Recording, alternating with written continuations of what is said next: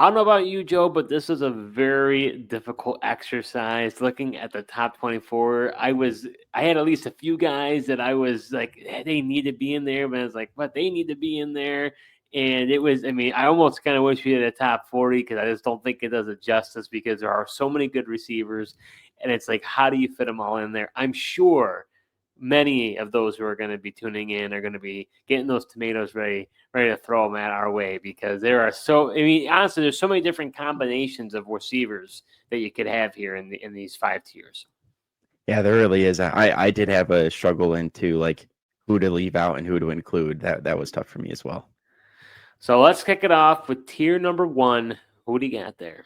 It's in my tier number one. At number one, I've got Jamar Chase. Number two, Justin Jefferson. Number three, CD Lamb. And number four, Amon-Ra St. Brown. All right, so for me at number 1, I've got Justin Jefferson. Number 2, CD Lamb, and then number 3, Jamar Chase. So right out of the gate here, I'm already going the contrarian route because everybody and their brother are going to have Jamar Chase as the number 1 guy and that he should be the number 1 guy. I think that people are too, how do I put this? Recency bias here.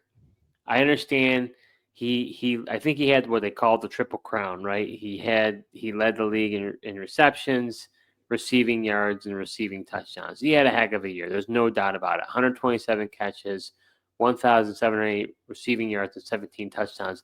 And that was with him, Joe. Remember, at the beginning of the year, he was holding out because he wanted that new contract. And you and I were kind of like, is he going to be in football shape? Usually that doesn't pan out that well, but it actually for him it didn't affect him, even though he has been dinged up a few here and there with games. Honestly, it's razor thin margins between these three guys. I really think, and that's why I honestly feel that Amon-Ra is not within. I could see why you think he's in this tier 1 with them, but to me, I think Jefferson's the clear guy outside the year where he was injured. He was wide receiver 6, 4, 1, and then 2 with Sam Darnold as the quarterback. With Chase, he's been 5, wide receiver 5, wide receiver 12, wide receiver 11, and wide receiver 1. So he's been a top 12 receiver every year. With CeeDee Lamb, he started off slow as wide receiver 22 and wide receiver 19. But after that, he was wide receiver 5, wide receiver 1, and then wide receiver 8. So, like I said, I mean, what do you think? I'm talking a lot here. What are your thoughts? I mean, it's. Do you feel it's razor thin between these three guys, or do you feel that there's a little separation between Chase and these other two guys? Yeah, I think they're. I mean, it's tough. I don't think there's that wide of a gap. I mean, I think in any sort of order you could put these top three guys. I think they are, clearing away the guys. But I think it is. I think Amon-Ra St. Brown is right there, and I know you haven't had him there. You've been I pretty did at one point, and I dropped him out. Yeah. Because if you even just look at last year, he scored in PPR leagues, he scored 1 point less than Justin Jefferson. He scored 316 PPR fantasy points to Justin Jefferson's 317. He's just been impressive. He still is the number 1 guy there with the Lions, and he's been consistent over the last couple of years here. So that's why I lump him in. But to me, Jamar Chase is still the number 1 guy. He's got all the consistency too. With Joe Burrow as his quarterback, staying in Cincinnati, 2 of them will be, probably playing out the rest of his career here. Where Justin Jefferson is a bit, he's got JJ McCarthy, who hasn't even taken an NFL snap yet. I think JJ McCarthy will be able to step right into Kevin O'Connell's offense and produce, and at least, produce at a similar level to Sam Darnold. But that to me still is a little bit risky for him. Yeah, I mean, to your point, Amon-Ra St. Brown, rookie year wide receiver 21. After that, wide receiver 7, wide receiver 3, wide receiver 3. And he's 25 years old, right? Some people want to look at age. So Jamar Chase is also 25 years old. So the same age as Chase. Lamb is 26. Jefferson is 25. So if age is a factor to you, I mean, they're all, besides Lamb, they're all the same age. So I could see what you're saying. I just feel as though, and maybe it's just, if you look at the stats, there's not much of a difference, but I just don't see Amon-Ra as much of a game changer Because as he I gets did. overlooked. He does it a similar way. Like he doesn't make those flashy plays, but he's He's just gritty. He's gritty. He right. gets Yeah, it. He gets the job done, but he's not he doesn't feel like a superstar like Jefferson, Chase, or Lamb. Those guys are like the big names, the superstar caliber. Amon-Ra, he flies under the radar a little bit. he does, and I think a lot of it is due to his personality too. Like he's not a diva guy. He's not a me guy. He's a team guy. And honestly, he just fits perfectly with the Detroit Lions. Is he plays with a chip on his shoulder because, like he said, he was going to remember all the wide receivers that were taken before him, and it motivated him, right out of the gates here. And I just think the fact that where he was drafted and everything, he is just a kind of guy that gets overlooked. And he doesn't make the big flashy plays, but he just is consistent and time again comes through for that Lions offense. Are you concerned at all with Ben Johnson no longer being there? Do you think it's possible that the offense kind of takes a step back or possibly looks differently? I mean, again, depending on how you feel about coach speak, Dan Campbell talked about how they expect Jameson Williams to have a huge year. I think that's the kind of smoke. I thought there were rumors of them even possibly trading him. I don't know what to make of that, but could Jameson Williams possibly step in more, and Amon-Ra kind of takes a back seat a little bit? What do you think? I mean, Jameson Williams took a step forward last year, and Amon-Ra St. Brown was still wide receiver 3 True. in PPR leagues. I mean, still had 141 targets, 115 receptions, 1,263 yards, and 12 touchdowns. So I'm not too worried about that. Like, St. Brown's still the number one guy. The one thing, the offensive coordinator situation concerns me a little bit more than Jameson Williams having a breakout year and getting more involved. All right, Joe, let's head over to tier number 2. Who do you got there? All right. Tier number 2 and number 5, I've got Malik Neighbors, 6, Brian Thomas Jr., 7, Puka Nacua, 8, Drake London, and 9, Garrett Wilson. All right, so for me at number 4, Amon-Ra St. Brown, 5, Malik Neighbors, 6, Brian Thomas, 7, Puka Nacua, 8, Lad McConkey, and 9, Marvin Harrison Jr. So in the beginning here, you and I were on the same page, and all of a sudden we took we went a fork in the road and went a different direction. Let's talk about Malik Neighbors here first. Was there any part of you? I waffled on the idea of him possibly. Is he a possible tier 1 guy? I mean, we saw how explosive he was as wide receiver 6 in that really just awful New York Giants offense for what he was able to show. Was there any part of you that thought that I flirted with the idea, but I just thought that Jefferson and Chase and CeeDee Lamb, those guys are just the cream of the crop. But what were your thoughts on Neighbors? Did you have that tension as well? Not really. I didn't have for like a tension to move him up to tier 1 just yet.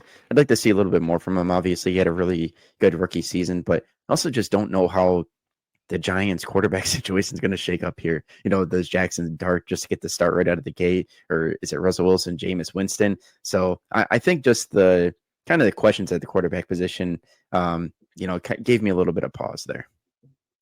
So let's hear what you're. I mean, the big difference between you and me, you had Drake London and Garrett Wilson. I had Ladd and Marvin Harrison Jr. So what were your thoughts there for those guys?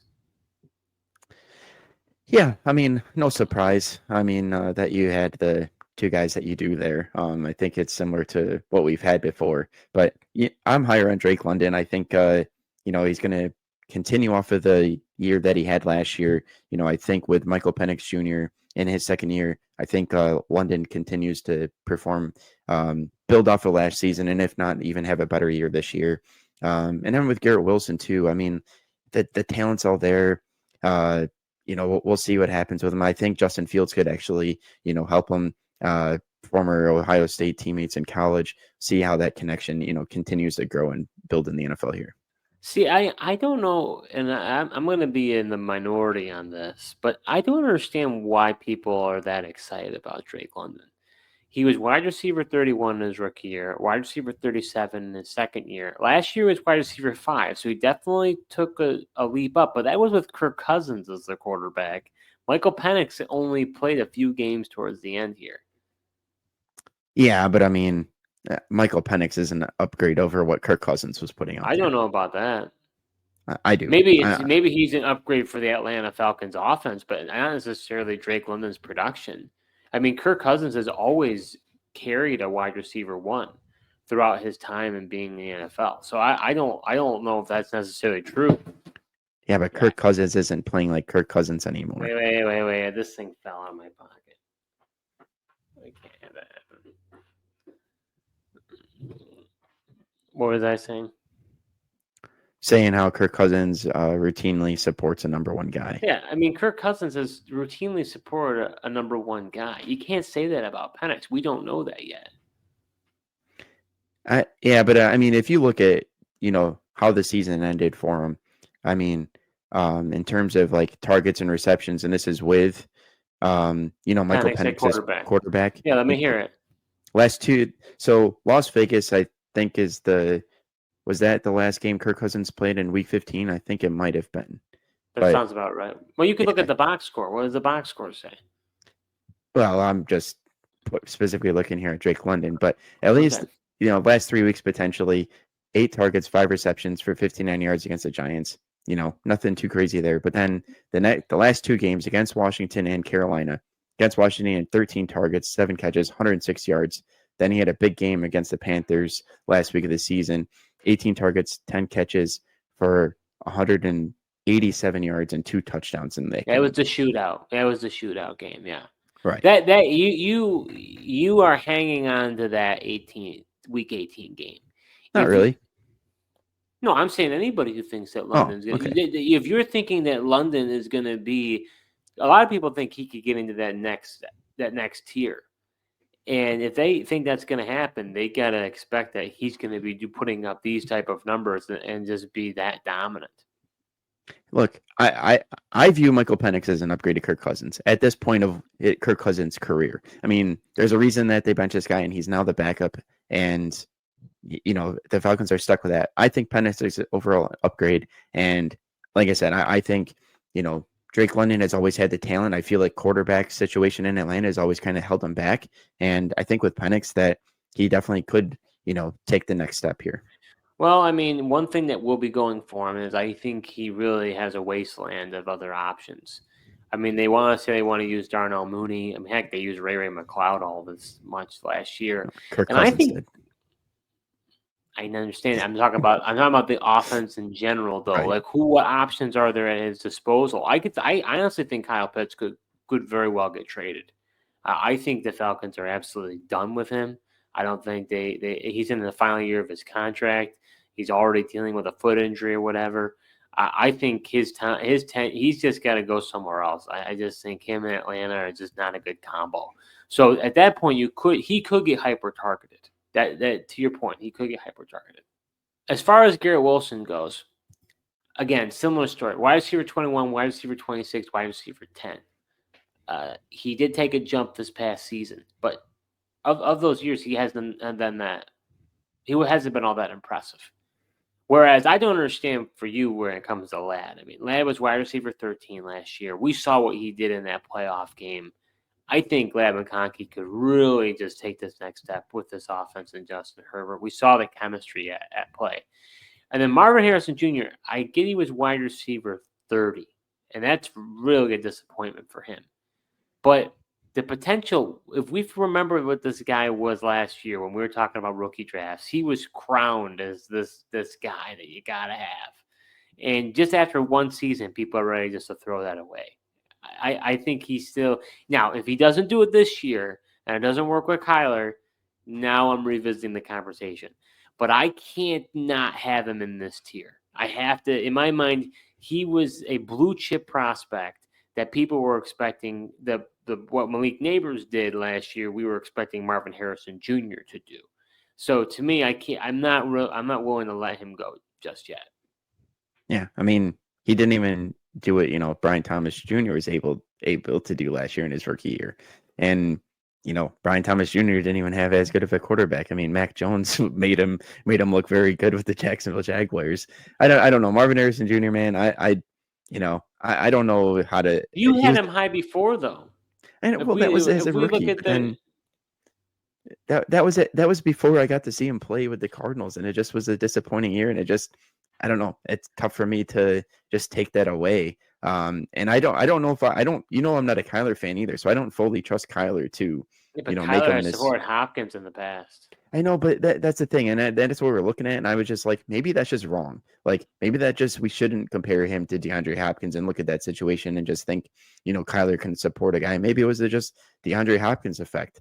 We'll see how it rebounds in year 2 here. But I don't know. I'm not as convinced that he should just be up here in tier 2. What about Ladd though? Why not Ladd in this tier? I don't know. I thought about it. I mean, I'm not too far off with you for Ladd McConkey. I could see your argument there. But again, I mean, he had a good rookie year, but passing volume for the Chargers isn't always going to be there. Trey Harris coming in, is he going to get the same involvement? That's the tough thing. All right, well, let's head over to tier number 3. Who do you got? All right, tier number 3 at number 10, the aforementioned Ladd McConkey. Number 11, Nico Collins. 12, AJ Brown. 13, Jackson Smith-Njigba. 14, Marvin Harrison Jr. and 15, T. Higgins. I was going to say, wow, are you not even going to have Marvin Harrison Jr. in tier 3? Come on now. All right, at number 10, I've got Garrett Wilson. 11, Drake London. 12, Jackson Smith-Njigba. 13, AJ Brown. 14, Nico Collins. And 15, Rashee Rice. All right, so now in tier number 3, it just goes to show, you and I, we talk about these players, we squabble back and forth, but literally the next player or two, we have the guys that we're talking about. I know. You've got Ladd, I've got Garrett Wilson and Drake London right there. I'm a little surprised that you do not have Rashee Rice on this tier. I feel you're typically higher than I am, and you don't have him here, and I'm trying to wonder why. Yeah, I when you said Rashee Rice's name, I'm like, wait a second. How in the world is Steve higher on Rashee Rice than I am in these rankings? Yeah, I don't know, man. I was really surprised when you said Rashee Rice. I was like, wow. I mean, look, it's not too much. Did you consider it? Yeah, and in all honesty, like you're not too far ahead of me. I just was surprised that you had him in tier 3 here, and you said you're in his name prior to me saying it is all. Yeah, that just blows my mind. I don't know how that happened, but I just think I toyed with him being in the next tier as well. I just feel as though, I mean, if you look at his stats, honestly, he hasn't been all that impressive. I'm very careful on saying that, but he was wide receiver 27 in his rookie year, and then last year, wide receiver 99. Obviously, he only played 4 games, but he really took off in the playoffs of his rookie year, and then people were expecting him to get really involved, and then but then he got injured. But I think that we saw that the offense just wasn't, they needed him. He really just adds a whole different dimension to that offense and really allows for that, a higher scoring potential. So Kelsey is fading out into the distance. And I think Xavier Worthy, some people are really high on him. I think he could be good. But I don't think people think he could be Tyreek Hill. I don't think he's going to be that. I think he'll be used in a lot of different ways, but he's a wide receiver 2 to me. I think Rice is going to be the guy. And in that offense, I have to think that that's worthy enough to put him here. But I toy with him being below a tier. He was one of the toughest guys to rate, honestly, because it's like, where do you really put him? You've got the possible suspension. He's coming off that injury. Like, what do you do with him? If you have him, I don't pity you. I mean, because it's like, how do you quantify his value? Yeah, that is the tough part. The suspension will be temporary and just for a season, so I don't factor too much into that in ranking him. But I do think, the trickier part is coming off of the injury, and is he the same guy? I know he's rehabbing. I've seen videos of him doing workouts. Like, it looks like his, rehab and everything is going really well. His moving is, going well as well. But until we see it on the football field, we won't really know. And maybe we'll get a better idea in training camp just how far along he is. So, otherwise, why did you put T. Higgins in this tier? I'm really interested. You and I are going to be very Why different not? on him. Look at the numbers. Wide receiver 28, wide receiver 24, wide receiver 18, wide receiver 51, and then lastly, wide receiver 17. The guy has, out of the 5 seasons he's played, he's only played a full season twice. I mean, you're talking about him being wide receiver 15, and he's never even finished that in any of his years of being in the NFL. So I don't know why you feel as though he's deserving of 15. That's crazy to me. I don't think so. To me, I've always been a T. Higgins guy. But look, if this guy could play a full season, like last year, if he played a full season, he'd be a top 10 wide receiver. And he was wide receiver 17 last year. He missed a few games there. Could is a big word there. Well, I'm confident if he didn't get hurt, he'd be a top 10 wide receiver last year. And that's the thing. I know he hasn't shown the ability to stay healthy, and he always misses some games, gets some sort of injury. But I just think his potential and the fact that he's going to be staying there in Cincinnati, just being that wide receiver 2, opposite of Jamar Chase and being with Joe Burrow, like, I don't know. He's definitely a good fantasy. So you're telling me if I gave you the choice, say, here you go, here's a free gift. You can either have Rashee Rice or you can have T. Higgins. You would take T. Higgins. I mean, based on my rankings, I would take T. Higgins. Yeah. I mean, I think is that just because he's a model of consistency? You know what to expect him because there's no ceiling here. This is a floor. Yeah, I guess. I mean, I we do have think 5 there's a years. ceiling. We have 5 years though to say that, and the ceiling has not been shown. He's never been a wide receiver 1 in his career.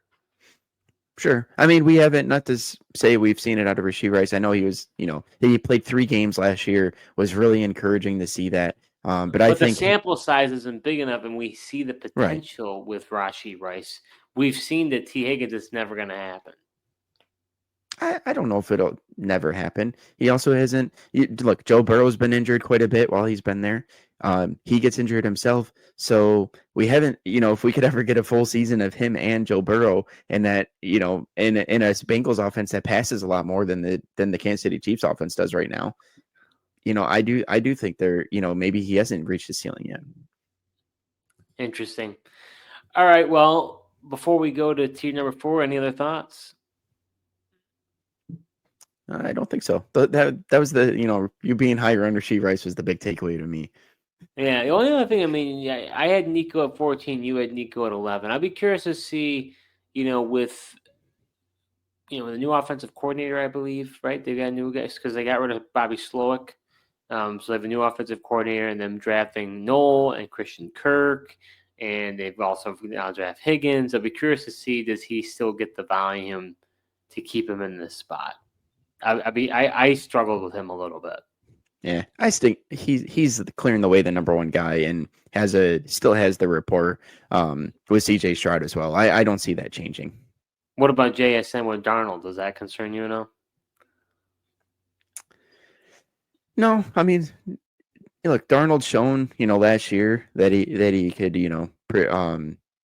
get guys to produce, and he kept Justin Jefferson relevant. So I'm not too concerned with that. I mean, I know it's doesn't have kind of Kevin O'Connell and a different style of offense with Seattle, but I still think Darnold can support JSN and keep him in this wide receiver 3 tier. I think you're right, but it's a little bit more of a question mark. Jackson Smith-Njigba is not Justin Jefferson. So, and he plays a whole different type of role. Jefferson could cover, I think, a lot of the maybe mistakes or some of the not so glamorous moments of Sam Darnold, whereas I don't think JSN can do that. Plus, you got him and Kupp. How do they end up using both of them? There's a little bit more question marks related to him, I think. Yeah, I mean, having Cooper Kupp will help, so teams can't just focus on JSN, and they'll have to worry about at least somebody else in Cooper Kupp's name, and they're gonna want to try to bring coverage over there, and it's not just going to be. It would have been more concerning had they not have had a guy like Cooper Kupp to kind of take some attention away from him. You're not worried about who's going to be playing more of the slot because they both are slot receivers. Smith-Njigba has shown that he can play on the outside. I'm not really concerned about that. Okay. All right, let's head over to tier number 4. What do you got there? All right, in tier 4 at number 16, I've got Travis Hunter, 17, Rashee Rice, 18, Devonta Smith, 19, Tetairoa McMillan, and 20, Rome Odunze. All right, at number 16, I got Rome Odunze, 17, DK Metcalf, 18, Terry McLaurin, and 19, DJ Moore. So if you ever end up tuning in to our Dynasty wide receiver rankings with tiers episodes, here's a good rule of thumb. Steve is always going to have DK Metcalf a lot higher than Joe, and Joe's going to have T. Higgins a lot higher than Steve. That's just how it ends up working. I hope that you at least have DK Metcalf in your top 24. That's TBD. Oh boy, keeping it on the folks at home on a little bit of a cliffhanger. I think his value right now is grossly below where it should be. I think I'm a lot higher than most people, but I mean, look at the production. He's been. I mean, wide receiver. I understand maybe last season wasn't that good. He had wide receiver 32, wide receiver 21. Before that, wide receiver 16, wide receiver 14, wide receiver 7, wide receiver 34. He's the guy in Pittsburgh. Now I know people are gonna say, well, who's the quarterback? Who's the quarterback? It's a great question, but it could be Aaron Rodgers. If it's not Aaron Rodgers, it could be a little bit bumpy with a Mason Rudolph. But then, hey, they'll find a quarterback somehow in the draft. What about Will Howard? Maybe. I mean, it's possible. I mean, I'm not very high on Will Howard, so that's probably why you said that. But I just think that I'm not going to be a prisoner of the moment and just say the Pittsburgh Steelers don't have a quarterback, so I'm going to rank DK Metcalf as wide receiver 40. I mean, the guy has a lot of potential. He's shown potential before. I think him being in that Pittsburgh offense, I think he could just get peppered with targets because there was really nobody. Now that they traded away George Pickens, they've got he could get he'll easily get over 100 targets, no question about it. I mean, he's always had over 100 targets. Maybe I should say more of that he'd get over 140 targets because he's gotten over 100 targets every year. Yeah, it's interesting because you're saying that T. Higgins has already, shown and reached his ceiling and can't produce at a high level. And yet you're saying that DK Metcalf still has a ceiling and the dude has been finishing in the 30s and 20s. He's at least been a wide receiver 7. He's at least been a wide receiver 7. Yeah, but that was years ago. And that was when Russell Wilson was there in Seattle. He hasn't just been the same guy for fantasy. Like you said, I think the last 3 years he was, 30, 20, and 30 something last year. So it's been a while. I mean, 3 out of the last 5 years he's been in the 30s or 20s. And you're saying that he still has potential and could reach a ceiling. And to me, like T. Higgins was a wide receiver 17 last year. They didn't play the full season, and he doesn't have a ceiling or as much potential in your eyes than DK Metcalf. And at least he's got Joe Burrow throwing him the ball. We don't even know who DK Metcalf's going to be the quarterback there in Pittsburgh. But DK Metcalf has the potential to be the number one guy in Pittsburgh. T. Higgins will always be second fiddle. And that's fine with me because the wide receiver 2 in Cincinnati will still produce. Yeah, but the wide receiver 1 could also in Pittsburgh produce. Wide receivers in Pittsburgh have How done did George historically Pickens do very last well. year? He didn't do great. He was the wide receiver 1 in Pittsburgh last year. Fair. That's fair. That's fair. I don't know. You got me there. I don't know, man. Like you've always been higher down DK Metcalf than me. Like you said, I'm always going to be lower on him, and you're always going to be, higher there. And honestly, we'll see what happens. Yeah, I mean, you definitely have a lot of the rookies higher than I do. I do like Hunter, and I'll be talking about him shortly. I think he has a lot of potential. I'll let the cat out of the bag. I don't have McMillan in my top 24. I'm not surprised.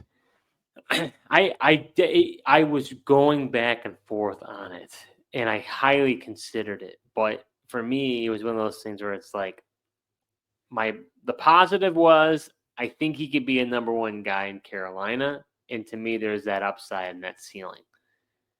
The downside is I'm a little bit nervous about whether he can separate at the next level, and if Bryce Young and him can truly connect on a regular basis.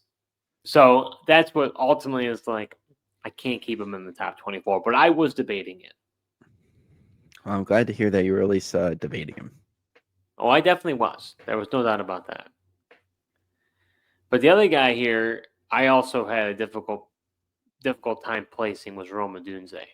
Just so happened you and I both had him in this tier. Did you find that as well? Yeah, it was kind of tough for me. The Bears offense and just, what's going on there, like how Caleb's going to do better in year 2 and with Ben Johnson and everything.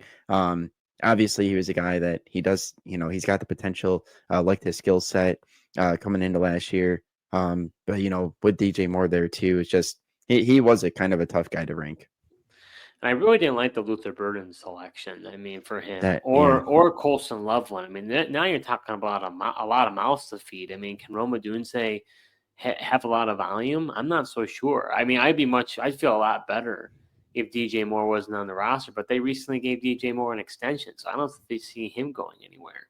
So No. it's like, unless Burden and Colson Loveland are just used in situational packages, I'm kind of wondering, I'm questioning the upside on Rome, but I think Rome could really take off in his second year. So that's where it's really tough. I just, he's one of the toughest ones, honestly, because I want to believe in him. I think, I thought he was right there as far as talent wise with Marvin Harrison Jr. and Malik Neighbors when we were looking at those guys and rating them as rookies. He was right up there in my eyes.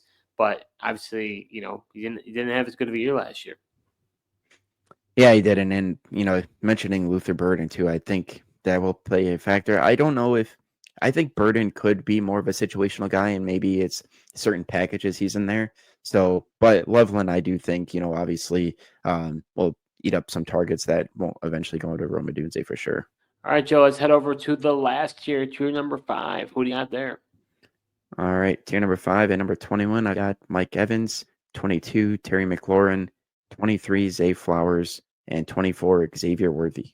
All right, number 20, I've got Travis Hunter, 21, Matthew Golden, 22, Jalen Waddle, 23, T. Higgins, and 24, Devonta Smith. Of our 3 tiers videos so far that we've done an update on, I think this one we've had the most amount of differences to date. I'm really surprised that you have Mike Evans in this tier based on his age. I thought about guys like Devontae Adams, Tyreek Hill, Mike Evans, right? These guys who are older but have performed, at a really high level. I left them out. You kept them in. What was your thinking there? Yeah, because like I was saying, for our running backs video, even, your dynasty team, it's not all about the youth. You do need a mix of young and old guys. And Mike Evans, man, he's just the model of consistency. Always gets 1,000 yards, dependable, and sure, some of those guys that you mentioned in years has more upside and everything. But I think for as long as Mike Evans is going to be out there, I think he should be in the top 24. But why not? So you like him better than DJ Moore? Because he's 28. It's not like he's extremely old either. So you could use the argument of like you need some players that are. Yeah, I've never been that high on DJ Moore either.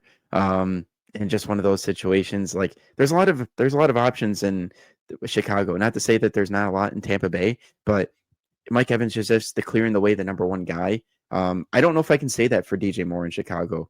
Like, could Rome Odunze become the number one guy? I could see that happening. So at least for Mike Evans, I know he's the number one guy, and you can almost bank the fact that he's going to have 1,000-yard season.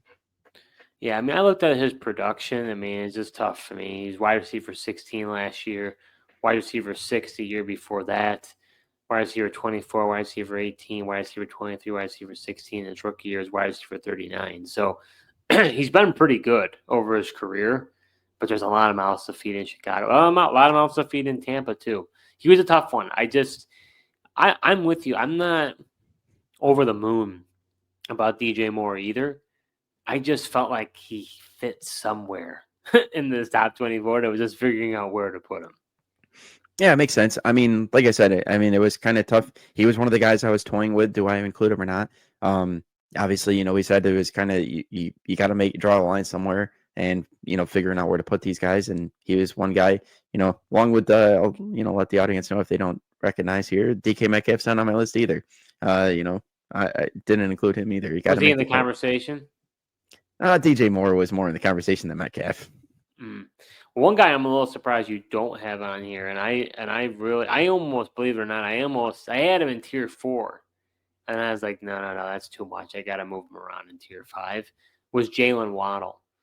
I think that Waddle has real potential to bounce back this year.